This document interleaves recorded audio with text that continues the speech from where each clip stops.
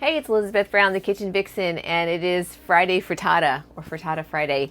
So I want to try to make this video in 10 minutes to save me from a lot of editing, and hopefully I can post it today. And I'm already behind schedule with all my videos, but you don't need to know that. But I'm making a frittata because I made one last night, and it was so yummy, using up some ingredients. So then I plugged it into my program this morning and analyzed it.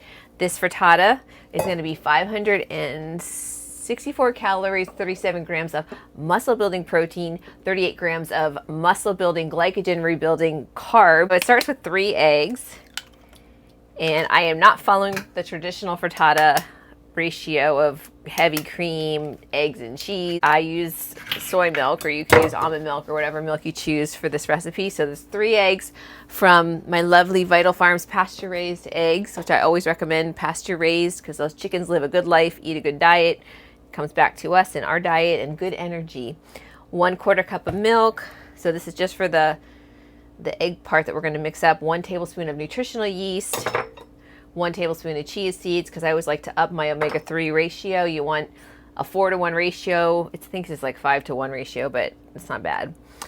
I'm going to have a smoothie later with some greens in, so that'll help make my ratio better. About 1/8 of a teaspoon of sea salt and black pepper. I'm going to try a little bit of red pepper flakes, just like 1/8 of a teaspoon. The rest is stuff I need to chop and saute. I have about a tablespoon of butter from grass-fed cows. I'll start with onions. I like to saute my onions first. The skillet's set at 4 o'clock-ish. That's where I put it, depending on, I mean, I had an electric burner, so I'll say medium-high. Okay, so just chopping up some onions. I like purple onions because you get those extra anthocyanins. Those antioxidants are very powerful. They donate more than 1 electron to help save us from free radical damage. So they're like superheroes in the antioxidant world. Blueberries, blackberries, red raspberries. I'll probably make a smoothie later with a raspberries, not snozberries, because I don't have any of those. And then I've got my red pepper, though. For there, I'll get some of my carotenoids that I'm always looking for, and the vitamin C that we need every day. One of the jobs of a dietitian is we'll look at people's diets and we'll be like, okay, you are traditionally lacking in these nutrients. Where can we make up for them? We try to do food first, but when food can't do it, we will do supplements. The thing about supplements, and the reason you might want to see a dietitian, sometimes people will just throw in a bunch of supplements without really thinking about what might be overlapping. And then you, like when I'm reading about different nutrient needs and supplementation, and sometimes you'll read like a case study of so-and-so was taking too much vitamin A for one thing. Vitamin A in its pure form, toxic. It holds in your fat cells. So it can definitely cause some problems down the road. So that's one that you could over supplement and not realize it. I went to culinary school. We use seaweed, and I probably will use seaweed in my recipes at some point. Sometimes I use it.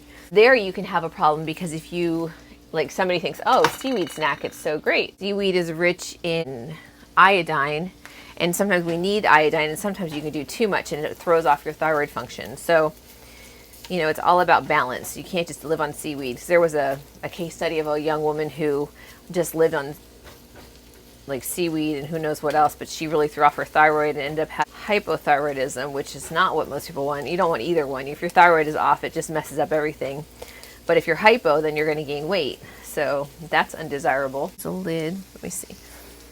Basil. And it's many hours after I've come back from ran to the gym, did like a 10-minute workout, and I'll post that too. It was like 2 sets of everything I did.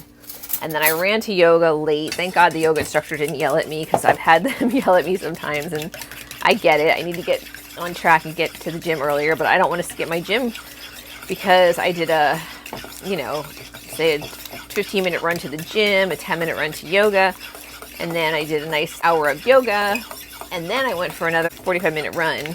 And I haven't eaten yet many hours later because I was too busy worrying about this recipe and doing some chores. And one of the reasons I went for an extra run today was because I remember how much running helps me really clear my head more than just my regular lifting.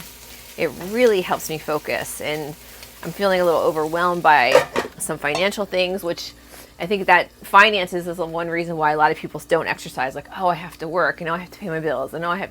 It's like, no. Exercise comes first. You brush your teeth in the morning, you exercise. You brush your teeth, you exercise. It's just not every time you brush your teeth, but it goes hand in hand. It's one of those habits you have to do daily.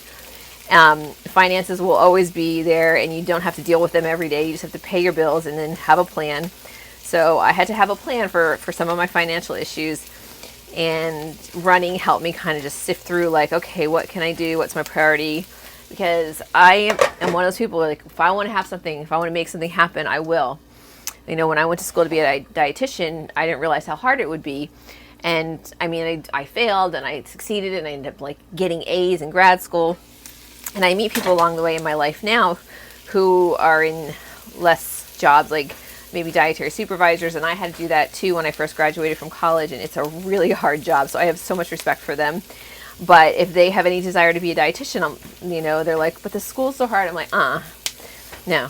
Or the money, no. Like, you can't have excuses. You can overcome any obstacle, whatever you want. All right, I'm gonna add the lentils and wild rice next. This way it'll give my lentils and wild rice some good flavor, because I got the spices: garlic, onion, red pepper flakes, salt and pepper, and some thyme. Some pesto too I was going to use up. I had some dill pesto, but I'll save that for another recipe. Made it for some salmon on one of my recipes I probably haven't posted yet. I'm so behind schedule. Start where you are. So I think I am going to start today. I really want to do a video where I can show you my recipe and then post it to my website with all the nutrition information and the actual like instructions. And then I wanted to post my workout with a little voiceover. So I have a plan. I always have a plan how to make this happen. And I'm just going to start where I am with what I'm doing today. And then if this works, I'll work backwards from there. It's quite an undertaking. These are things I've done in my life. I've been creating recipes for about 28 years. I started when I was in college. I worked at a student counseling center. Initially, I worked with one of the researchers. They were weighing baby rats, seeing how their mother's diet affected their weight, and then they had to gas them.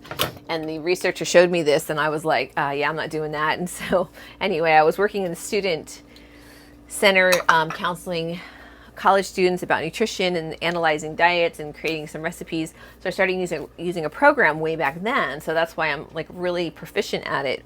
And over the years, I've been asked to, you know, create recipes for, I used to work for Sam Hewen, who is in the show Outlander. I did that for like almost 3 years, and it was because I used to write for Oxygen and Clean Eating. The writer from there became Sam's editor, so she asked me to work for them. And before that, I used to just write for free for the local newspaper and create recipes. So I've done all this stuff over the years. And when I worked at Rodale, I wrote the exercises for a fitness book back in 1996. So I have all this experience. I was a power lifter, I was a bodybuilder. I just need to put it together in my own way of teaching. If I can show you each day what I do, how I exercise on a daily basis, how I eat healthy, then I can hopefully inspire you and get you started on the right path. I'm going to stick it in the oven and bake it at 375. I think I'll turn off my camera while we do that. A dietitian walks into a bar with a fried egg on her head, and the bartender asks, "Why do you have a fried egg on your head?" And the dietitian replies, "Because the hard-boiled ones fall off." Or she say, "Ouf, je parle français."